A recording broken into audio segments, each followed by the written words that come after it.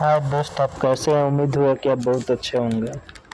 मैं शिव शंकर कुमार। मैं इस यूट्यूब चैनल जीएस तूफान सब पर आपका हार्दिक अभिनंदन है फ्रेंड्स। देखिए फ्रेंड्स, आज का हमारा टॉपिक है मरणोत्तर काल। देखिए, इस काल में वैदिक पुनर्जागरण काल भी कहा जाता है। इस काल को वैदिक पुनर्जागरण काल भी कहा जाता है। चूंकि आप लोग जानते हैं पुनर्जागरण काल का अर्थ क्या होता है। नए नए चीजों का आविष्कार कर रहे हैं, क्या कहलाता है? पुनर्जागरण काल कहलाता है। तो जो यह काल था, मरणोत्तर काल था, उस समय हमारा देश काफी धीरे धीरे विकसित हो रहा था, इसीलिए इसको मरणोत्तर काल में पुनर्जागरण काल कहा जाता है फ्रेंड्स। देखिए, यहाँ पे सबसे मेन टॉपिक हमारे लिए यह है कि इस काल के दौरान निम्न स्थानीय राजवंशों का क्या हुआ फ्रेंड्स? उदय हुआ। निम्न स्थानीय राजवंशों का फ्रेंड्स उदय हुआ।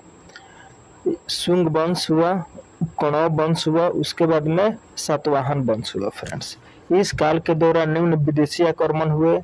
एवन हुआ, शक हुआ, पहलव हुआ, कुषाण हुआ फ्रेंड्स। ठीक है, देखिए, इस काल में विदेशी आक्रमण हुए थे, यवन हुए थे, शक आक्रमण हुए थे, पहलवा हुए थे, कुषाण हुए थे। इसके हम लोग धीरे धीरे क्या करेंगे फ्रेंड्स? मेंटेन करेंगे।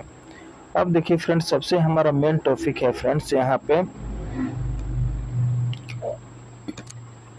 पे सबसे हमारा मेन टॉपिक है फ्रेंड्स।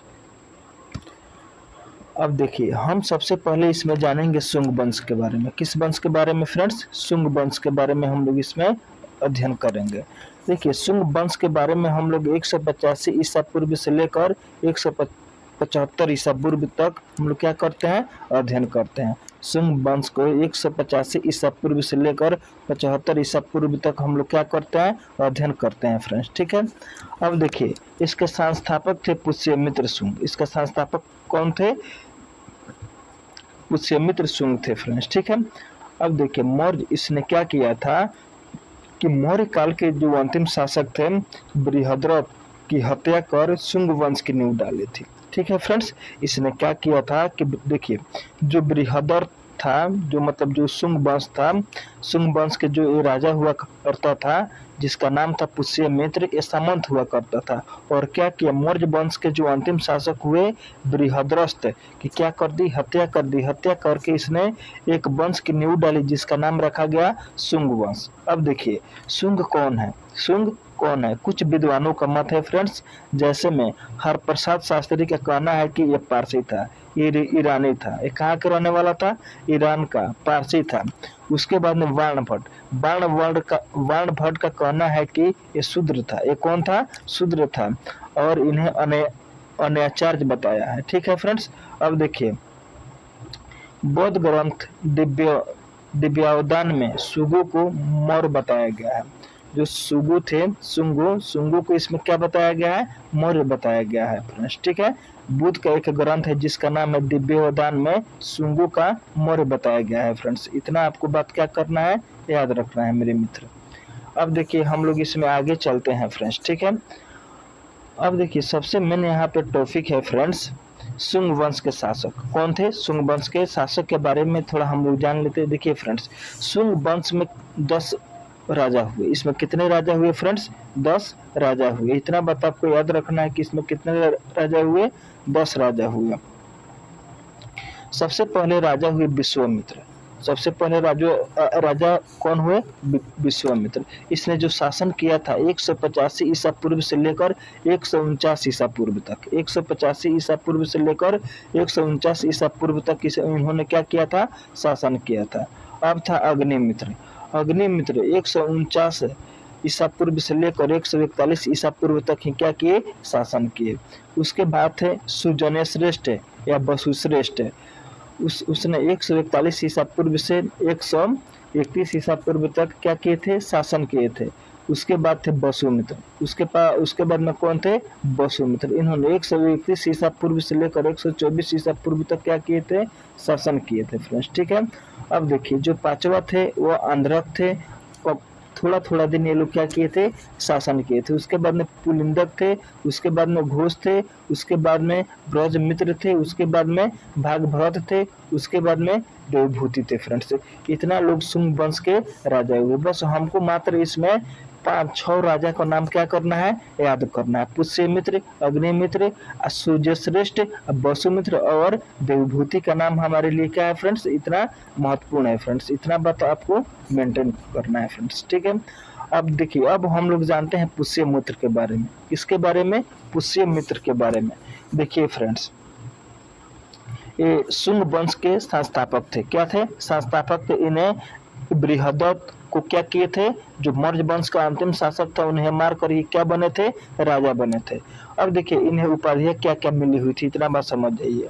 हरिवंश के अनुसार उदमिज, अचानक उठने वाला, यह अचानक उठने वाला जो हमारे हरिवंश, जो मतलब हरिवंश थे, जो इतिहासकार हैं, वो इन्हें अचानक उठने वाला राजा के नाम से पुकारे हैं।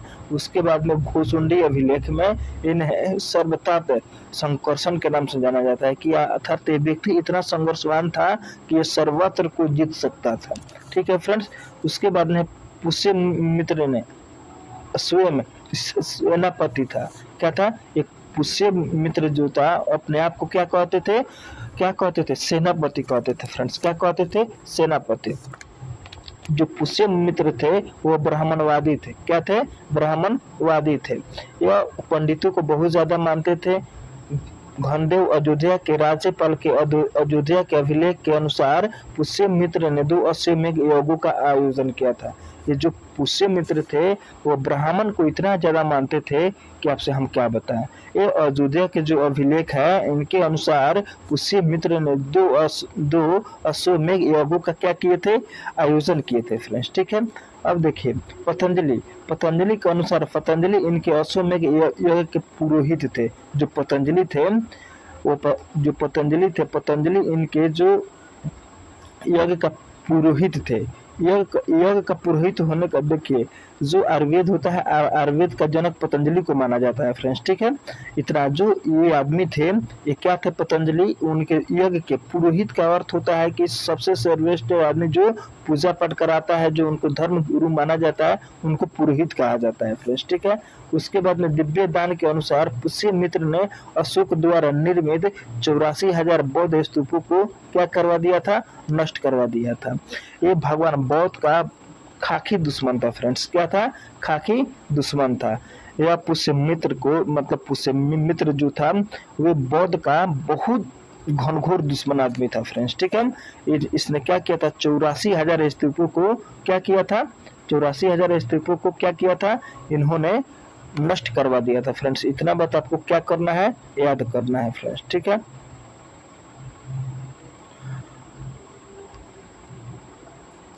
अब इतना बात आपको याद रखना है। अब देखिए फ्रेंड्स, इतना बात आपको याद रखना। एक बात और यहाँ पे देखिए, पुष्यमित्र ने बौद्ध गया स्थित बोधि वृक्ष को कटवा दिया था।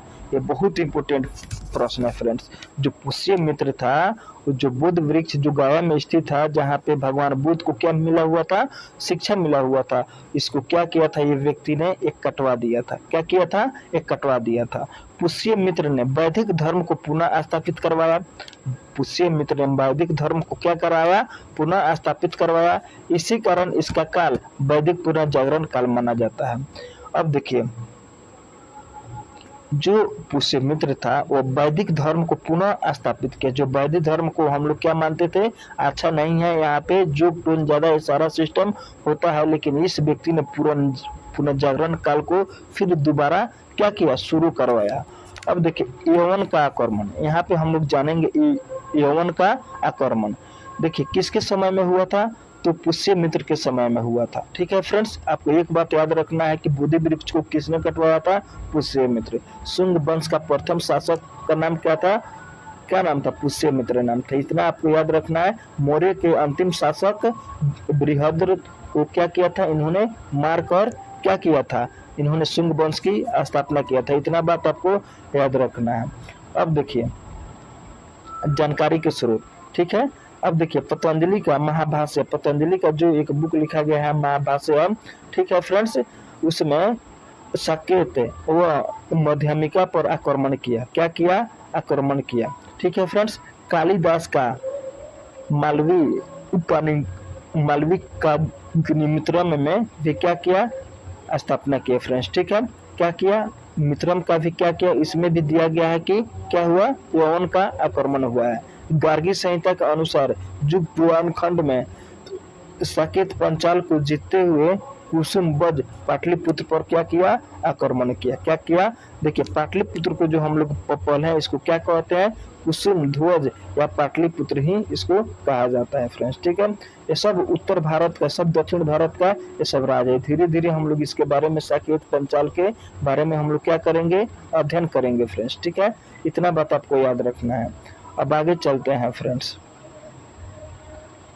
अब आगे चलते हैं विदर्भ युद्ध। अब देखिए मालवी का अग्निमित्र के अनुसार विदर्भ के राजा यज्ञसेन को पराजित किया। अब देखिए मालवी अग्निमित्र मालवा के पठार का नाम सुने होंगे, ये सब जो दक्षिण भारत में सारा मेंटेन है इसके बारे में। ठीक है फ्रेंड्स, मालवी का अग्निमित्र के अनुसार विदर्भ के राजा यज्ञसेन को क्या किया था, पराजित किया था। कौन, पुष्यमित्र ने। कौन, पुष्यमित्र ने क्या किया था, पराजित किया था।